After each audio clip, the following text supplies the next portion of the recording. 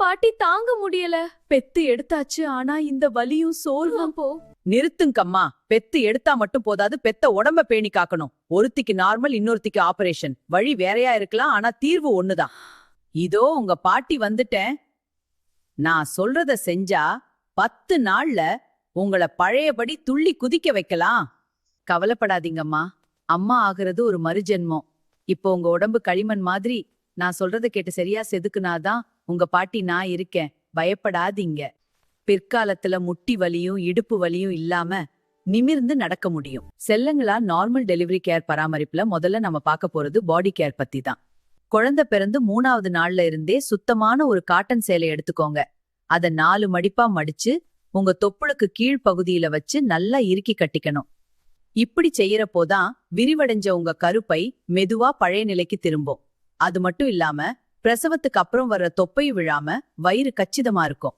Normal delivery care பராமரிப்புல 2வதா பார்க்க போறது பாத் care பத்தி தான். ஒரு கைப்பிடி வேப்பில, அதோட 2 துண்டு விரலி மஞ்சள், இதெல்லாம் தண்ணியில போட்டு நல்லா கொதிக்க வைங்க. இந்த மூலிகை கலந்த வெதுவெதுப்பான தண்ணியில தான் நீங்க குளிக்கணும்.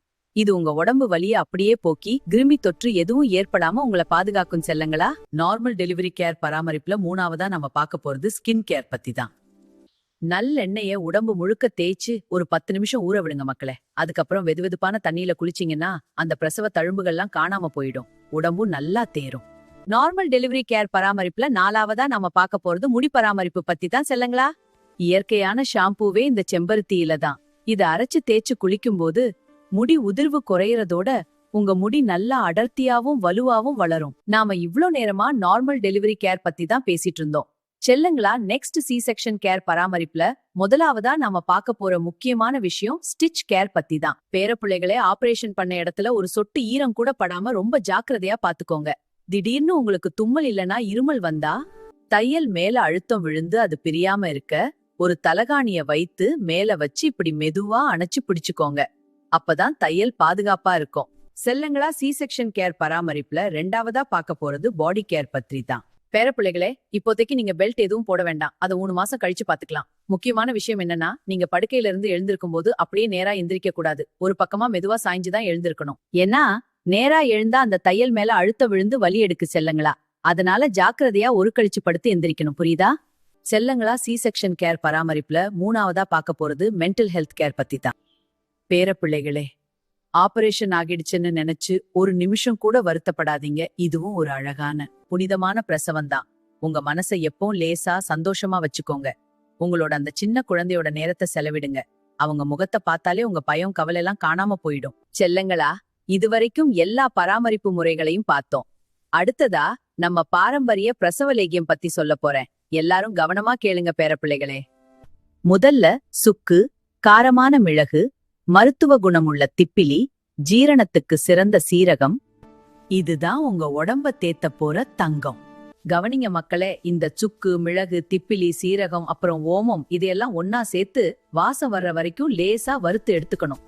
அப்புறம் ஒரு ஆட்டுக்கல் போட்டு நல்லா நைசா இடிக்கணும். அப்பதான் அந்த தூள்ல இருக்கிற முழு மருத்துவ குணமும் நமக்கு கிடைக்கும். இப்படி பக்குவமா இடிச்சு செஞ்சாதான் அந்த லேகி அப்படியே தேன் மாதிரி மணக்கும். செல்லுங்களா, இடிச்சு வச்ச அந்த தூளை பாகு காய்ச்சின கருப்பட்டியோட சேர்த்து மெதுவா கிளறணும் பேரப்பிள்ளைகளே. அது நல்லா சுருண்டு வரும்போது நம்ம நல்லெண்ணெய கொஞ்சம் கொஞ்சமா ஊத்தி கைவிடாம கிளறிக்கிட்டே இருங்க. இந்த லேகியம் அப்படியே பந்து மாதிரி பாத்திரத்துல ஒட்டாம திரண்டு வரும். அந்த வாசம் வீடு முழுக்க தூக்கும் பாருங்க.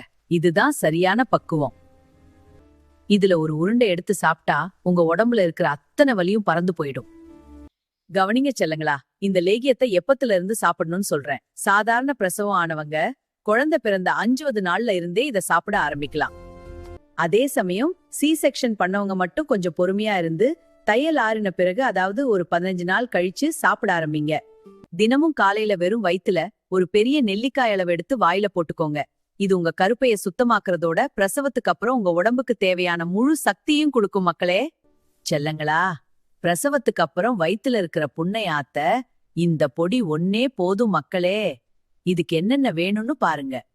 ஒரு கைப்பிடி சுண்டைக்காய் வத்தல், ஒரு கைப்பிடி மணத்தக்காளி வத்தல், 2 ஸ்பூன் உலர்ந்த வேப்பம்பூ, 1 ஸ்பூன் மிளகு, அப்புறம் 1 ஸ்பூன் சீரகம். இது அத்தனையும் நம்ம வயித்து ஆரோக்கியத்துக்கு ஒரு வரப்பிரசாதண்டாய். இதை எப்படி பக்குவமா செய்யணும்னு கவனமா கேளுங்க. செல்லுங்களா, கவனிங்க. நான் சொன்ன அந்த வத்தல்கள், மிளகு, சீரகம் எல்லாத்தையும் ஒரு ஸ்பூன் நெய்யில போட்டுல வாசம் வர்ற வரைக்கும் பொன்னிறமா வறுத்து எடுத்துக்கணும்.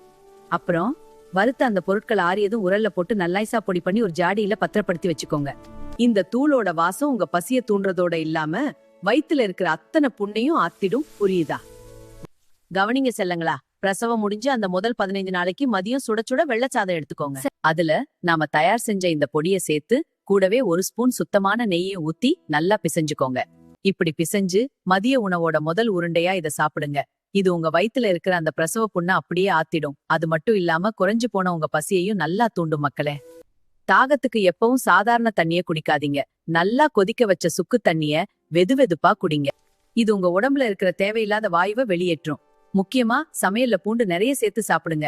அப்பதான் உங்க குழந்தைக்கு பால் நல்லா சுரக்கும், உங்க உடம்பு சீக்கிரம் தேரும். செல்லுங்களா, கவனிங்க பேரப்பிள்ளைகளே, நான் சொன்ன இந்த முறைகளை எல்லாம் நீங்க தினசரி தவறாம தொடர்ந்து கடைபிடிச்சு வந்தீங்கன்னா அடுத்த சில வாரங்கள்லே உங்க உடம்புல ஒரு நல்ல மாற்றத்தை நீங்களே உணர்வீங்க. உங்க பழைய தெம்பும் அந்த முகப்பொலிவும் மெதுவா திரும்பி வர ஆரம்பிக்கும். மக்களே, பாட்டி சொன்னதை செஞ்சோம். இப்போ நாங்க பழையபடி தெம்பா இருக்கோம். பாத்தீங்களா மக்களே, பாரம்பரிய மருந்தும் உங்க பாட்டி அன்பு இருந்தா எந்த வலியும் போயிடுந்தா.